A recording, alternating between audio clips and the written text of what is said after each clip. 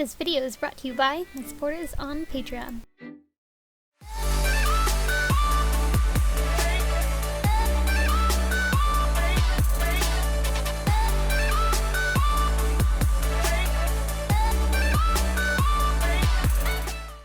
Hi guys, I'm back with another cosplay basics video. In this video, I'm going to be going over the importance of heating EVA foam and the basics of how to do it. First, I'm going to talk a little bit about why you may find yourself needing to heat EVA foam. EVA foam is porous, as you can kind of hopefully see here. If you have a piece of EVA foam at your house, you will see that it is porous. Like, it's got a bunch of little tiny holes in it.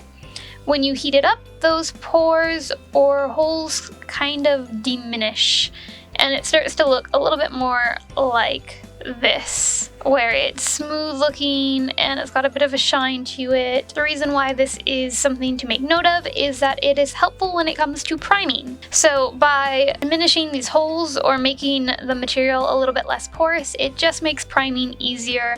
Priming doesn't soak into the foam as much as it would otherwise, so you find yourself needing a couple less layers than you would normally use. Now, the main reason you're probably going to find yourself needing to use a heat gun is because you're wanting to make some odd shapes in EVA foam, or the armor that you're working on curves. Let's be realistic, most of the time you work on armor, you are going to find yourself needing to make it curve, and EVA foam, as you can see here, doesn't really keep its shape otherwise. Like I can curve this, but it ends up going back to being straight. And if you have thicker foam, then it's like even harder. Like, it just eventually flops back to being pretty flat. So to get something to hold like this, to hold its shape and not go back to being flat, you're going to need to heat it. I'll insert a picture of my Jace cosplay where I didn't use a heat gun for any of the armor,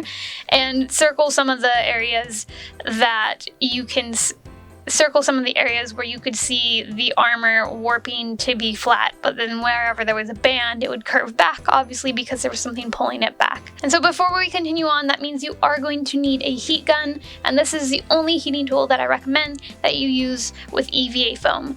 A hairdryer will not get hot enough to heat your foam. You may get lucky and have a hairdryer that's hot enough to heat like 2mm EVA foam or thinner, but it's not going to ever be hot enough to heat something like this, a 4mm or 5mm EVA foam sheet or thicker. And it's not recommended that you put it in an oven because it does release toxic fumes when heated. I know some people have heated it on stove tops, but I don't really know how well that works or how safe it is, especially if your stove involves any sort of open flame whatsoever. So just for safety purposes, I only recommend you use a heat gun. You invest in a heat gun. They aren't that expensive, and there's often sales at hardware stores. I think my first heat gun was a $20 heat gun from Harbor Freight, and it lasted quite a while. It didn't last quite as long as some of the more expensive heat guns do, but I mean, it got the job done and it did last like a couple years. This one is a little bit more expensive. I think this one was between $30 and $40, and it's lasted even longer, although it has pretty much the same settings as the older heat gun. You don't need a fancy heat gun, by the way.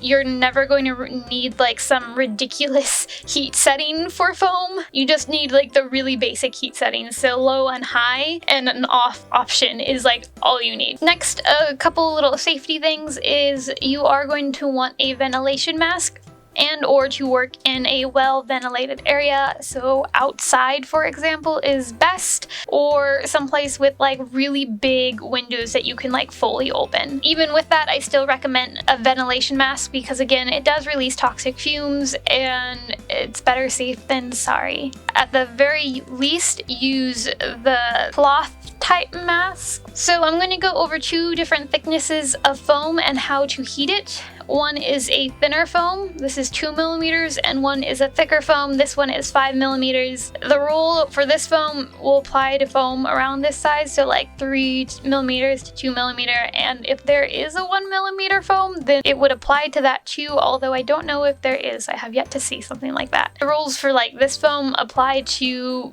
pretty much all the other sizes of foam because the thicker foam is a little bit more durable. So I'm going to start with the thinner foam. I'm going to cut off a couple sections of this and show you some do's and don'ts. So when it comes to the thinner EVA foam, I only use the low setting to heat it because this will heat up very quickly, like real quickly, within seconds, and you'll be able to form it really easily. So I'm going to turn this on, use my low setting.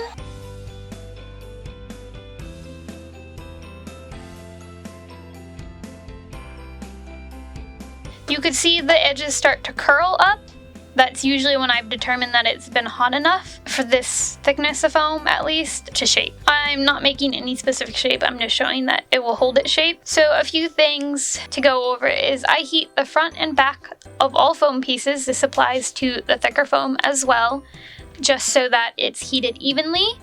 And it gets, especially for the thicker foam, it gets through to both sides and more evenly without risk of like melting the foam, because you can melt EVA foam. For the smaller foam, when it started to curl, like I pointed out just a second ago, that's usually when I take it as being hot enough, although I might heat it up for like a second or two longer than that, simply because sometimes I miss parts, right? I'm not going to heat everything perfectly even every time. If you are afraid that it's getting too hot, even if it ends up not being hot enough, it's fine because you could always go back in and add a little bit more heat and just keep adding a little bit more heat until it is at the point of flexibility that you need it to be. With thinner foam, you're going to want to shape it really quickly after you heat it because I find that this cools off a lot quicker than thicker foam does. You're going to want to hold it in that shape that you want it to be in until it's fully cool. Otherwise, it will start to unravel a little bit, like you can see I did with this piece. I let it go a little bit too early and it started to unravel a tiny bit. However, it still held the basic shape, like of that little swirl that I was doing. Hopefully you noticed that when I was heating, I'm not going to heat this piece because then I can't talk, but when I'm heating, I move the heat gun around. I don't hold it still in one place, especially not for very long. I do that because you risk melting your foam this way. If you just sit here and you hold the heat gun in one place for too long, you're going to start to like burn through the foam, and I'll show you that right now.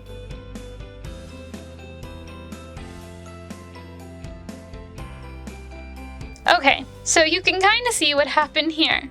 With thinner foam, it starts to like curl and crumple. You can see the ripples start to form, and look at how much it shrank. That is another thing to note about working with a heat gun, is when you overheat your foam, or even when you just heat it a little bit, it's still going to shrink in size a tiny bit, but when you overheat it, it's going to shrink in size a lot. And you can reheat foam, so I'm going to go ahead and do that and change the shape. However, you can only really reheat it so many times before it starts to look a little bit closer to this.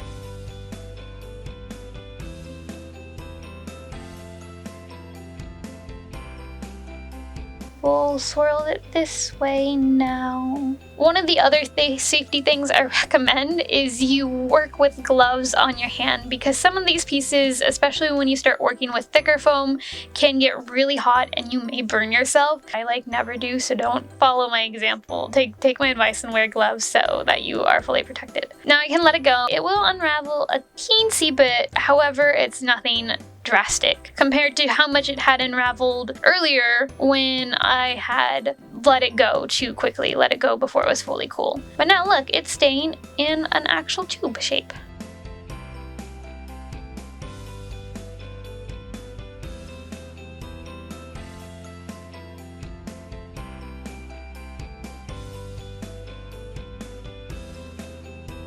Whoop, and here we go. Oh, and it's starting to smoke, so I'm going to stop there. This is what I meant by when you overheat 2mm EVA foam. This is what it starts to look like. It is mushy right now. It is really hot. so I'm going to avoid touching that spot. See how it is black and bubbly? It's now cooled off because, like I said, 2mm EVA foam cools pretty quickly, so it's kind of stuck in the shape now. I wasn't able to reheat again like I was this one because this was a piece that I had just held the heat on perfectly still for a while, and then I did it again, and it's taken way too much heat. There's only so much heat foam can take. The same thing will happen if you use a high setting on this thin of foam. You can use a high setting on this thin of foam, but you have to be like even quicker with heating it. Like you want to still move quickly, flip it over quickly, and you don't need to hold it on this for quite as long. You can really easily overheat it because it does heat up so quickly from a high setting, which is why I recommend the low setting. I will try to show you an example right now of how quickly it heats.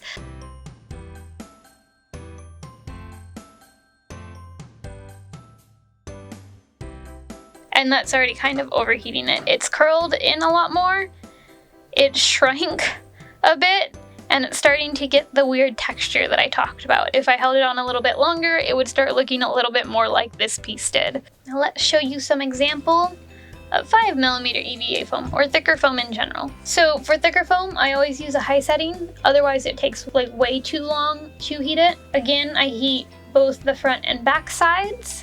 And this one will also take a little bit longer to cool down because it is thicker. A lot of the times when I work with this kind of foam, like thicker foam, I want to move on to the next piece, but it's taking a fairly long amount of time to cool down, so I will use tape instead and tape it in the shape that I need it. Like if I need it bent like this, I will tape all of this together so that it stays bent, and then let it cool down like that and remove the tape later. I'm going to heat up a bigger piece because that one's just going to blow away. That's one of the other issues about foam. If you're heating up a smaller piece, it will move and blow away. Another thing you can do that I have done, and I guess I could do now, is take some tape. I usually just use painter's tape because why not, but like any tape really is fine. And then tape it onto whatever surface I'm heating it on.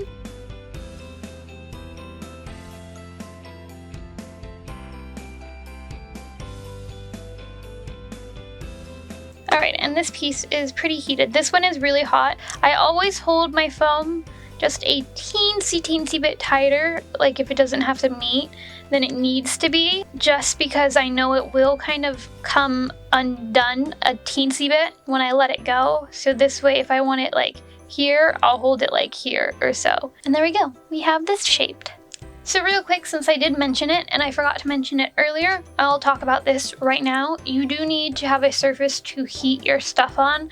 I use my table. It's like that cheap wood, and I haven't had any problems with it so far. So I think like a normal tabletop is fine. When you are heating stuff, try to keep your hand away from it. That's why I tape this down. I don't hold it in place and heat on top of it because you will burn yourself. It will hurt. This is hot heat. You will like make your skin start like blistering and boiling. Always heat with your hands as far away from the airflow. Do not heat the foam directly on yourself. Always heat it on a flat surface, and then if you need to shape it on yourself, shape it from there. In another video I will make and hopefully have up shortly after this video, I will go over how people like shape foam to certain shapes using heat. Like what do they shape it around, how to safely shape it around yourself if you need to. The other thing I don't recommend is heating on top of carpet because carpet will melt. This goes with any type of fabric, by the way. Don't heat directly on fabric. You're just going to burn that fabric. It's going to make it crunchy and crisp and create like burn marks on it. You could heat it on more solid things like brick or concrete works fine too. I'm not sure about different types of countertops, although I'm pretty sure they're probably fine as well if they're made for like cooking and stuff and having hot stuff set on them.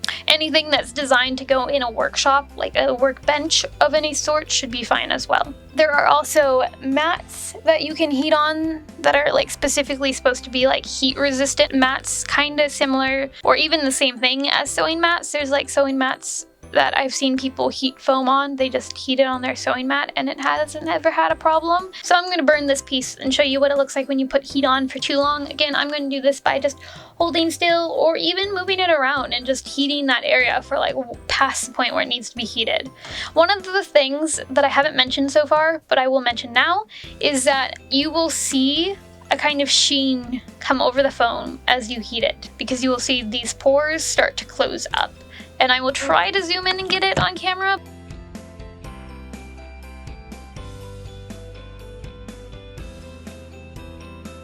Okay, so this is at the point where it's pretty flexible now. See how flexible it is? And I can kind of, if my camera will focus, I can keep it in that shape. I'm going to heat it beyond this though, again waiting for my camera to focus.